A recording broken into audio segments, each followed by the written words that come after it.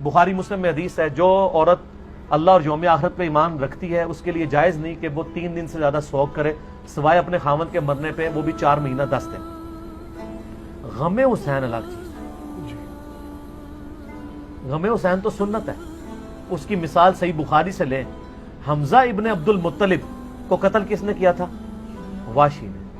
فتح مکہ پہ واشی کو پیش کیا گیا کہ اس کی توبہ قبول کریں۔ نبی الاسلام نے بلا کے پوچھا، واشی یا رسول اللہ، قاتل حمزہ یا رسول اللہ، واشی تیرا اسلام قبول ہے لیکن کیا تو ایسا کر سکتا ہے کہ مجھے اپنی شکل نہ دکھا، مجھے اپنا چچا یاد آتا ہے۔ کسی نے نہیں کہا یا رسول اللہ سوگ تو 3 دن ہوتا ہے، چچا کو مرے ہوئے 5 سال ہو چکے ہیں، غزوہ احد 3 ہجری میں، فتح مکہ 8 ہجری میں، آپ 5 سال تک حمزہ کو نہیں بھولیں؟ حمزہ کو کیسے بھول سکتے؟ حمزہ بھائی بھی تھا حضور کا، دودھ پیتا، چچا بھی تھا۔ تو وہ بخاری کی حدیث میں آتا ہے کہ آپ نے فرمایا مجھے اپنی شکل نہیں دکھانی۔ پوری زندگی واشی حضور کے سامنے نہیں آیا۔ نبی الاسلام حریص علیکم بالمؤمنین رؤوف الرحیم ہے، اس کے باوجود کہہ رہے ہیں واشی مجھے شکل نہیں دکھانی۔ اچھا مجھے بتائیں، انسان کو اپنے چچا سے زیادہ محبت ہوتی ہے یا اپنی اولاد سے؟ چچا کے قاتلوں کی شکل حضور دیکھنا نہ چاہیں، اور حضور کی اولاد کو جنہوں نے قتل کیا ہے ان کے آپ قصیدے پڑھتے ہیں؟ ان کے ساتھ تو وہی ہونا ہے، سحقن سحقن لمن غیر بعدی، بخاری مسلم میں، دور کرو انہوں نے میرے بعد میرے دین کو بدلا۔ یہ تو حوض کوثر پہ جا کے پتہ چلے گا۔ تو میں نے اس میں بولا تھا کہ سوگے حمزہ ختم ہو چکا تھا، غم حمزہ باقی تھا، وہ حضور کی زندگی میں ان کے ساتھ غم پرماننٹلی اٹیچ ہے۔ اور سر اس کو تو چھوڑ دیں، صحیح بخاری مسلم میں حدیث ہے، سیدہ عائشہ کہتی ہیں کہ میں حضور کی بیویوں میں سب سے زیادہ جس سے رشک حسد کرتی تھی نا وہ خدیجہ تھی۔ حضور علیہ السلام جب بھی کوئی بکری بھی ذبح کرتے تو حضرت خدیجہ کی سہیلیوں کو بھجوایا کرتے تھے ان کی وفات کے بعد۔ تو میں کہا کرتی تھی یا رسول اللہ جیسی خدیجہ جیسی کوئی عورت ہی نہیں ہے۔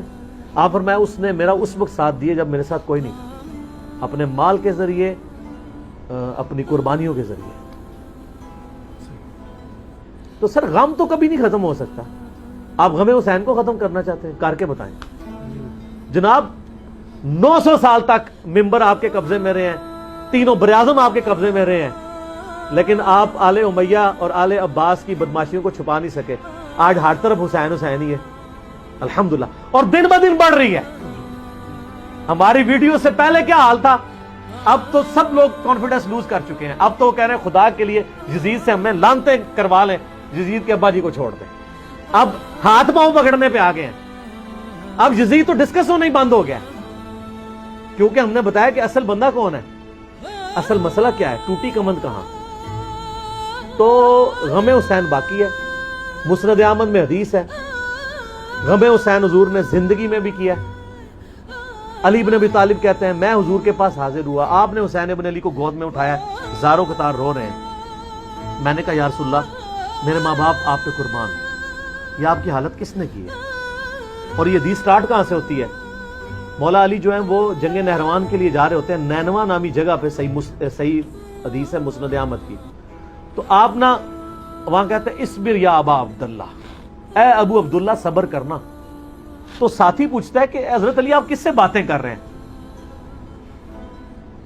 تو حضرت علی حضرت حسین سے باتیں کر رہے ہوتے ہیں، حالانکہ حسین ساتھ نہیں تھے، لیکن ایک نعرے کے طور پہ کہ میرے بچے صبر کرنا۔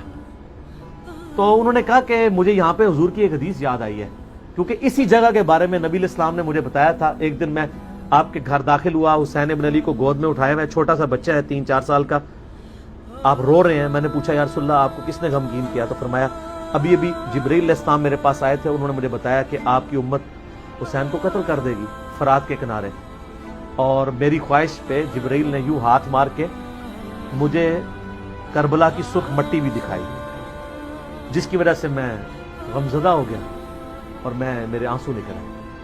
ابھی واقعہ ہوا نہیں ہے، واقعہ ہونا ہے 50 سال بعد، غم حسین پہلے ہے۔ اور واقعے کے وقت کیا ہوا ہے وہ بھی مسند احمد میں متواتر حدیث ہے، ابن عباس کے 8 شاگردوں نے یہ روایت کی ہے، شیخ البانی، شیخ زبیلی دونوں نے صحیح کہا ہے، اہل حدیث بھی صحیح مانتے ہیں۔ اور یہ وہ حدیث ہے جس کی وجہ سے میں نے یہ فکر حسین اور غدیر خم کے اوپر آواز بلند کی۔ وہ حدیث کیا ہے؟ مسند احمد میں ہی ہے۔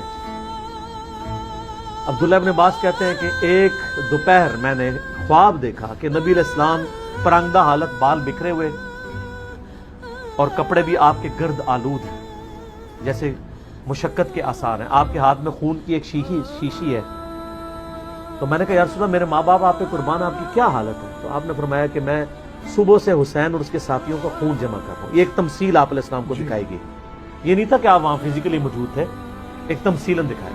تو کہتے ہیں میں گھبرا کے اٹھا، ابن عباس کہتے ہیں میں نے وہ دن اور تاریخ یاد رکھی، اور بعد میں ظاہر اس وہ انٹرنیٹ نہیں تھا، ٹیلی فون نہیں تھے، کئی ہفتوں بعد خبر آئی کہ اسی دن یعنی 10 محرم 61 ہجری کو حسین ابن علی کو مظلومانہ شہید کیا گیا ان کے ساتھیوں کے ساتھ۔ تو غم حسین تو نبی علیہ السلام کو اللہ کی جنتوں میں بھی ہے، اور میں اہل حدیثوں کے لیے اور دیوبندیوں کے لیے، کیونکہ ان دونوں کا مشترکہ روحانی ابا جی ہیں اسماعیل دہلوی، جس نے وہ گستاخانہ کتاب تقویۃ الایمان لکھی ہے، لیکن اس میں اس نے صحیح باتیں بھی کچھ لکھ دی ہیں۔ تذکیر الاخوان ما تقویۃ الایمان چھپی ہوئی ہے، اس میں اس نے لکھا ہے کہ یہ حدیث اس بات پر گواہ ہے کہ نبی علیہ السلام حضرت حسین کی وفات پر جنت میں بھی غمزدہ ہیں، اور اس کتاب میں وہ جگہ جگہ لکھتے ہیں یزید پلید۔ یہ تو سعودیہ ایران کی ٹسل کے بعد یہ یزید کے دفاع کرنے والے اہل حدیث ہیں، ورنہ میں آپ کو حلفیہ کہتا ہوں کہ ناصبیت اور یزیدیت کے خلاف جتنا کام کیا نا وہ اہل حدیثوں نے کیا ہے۔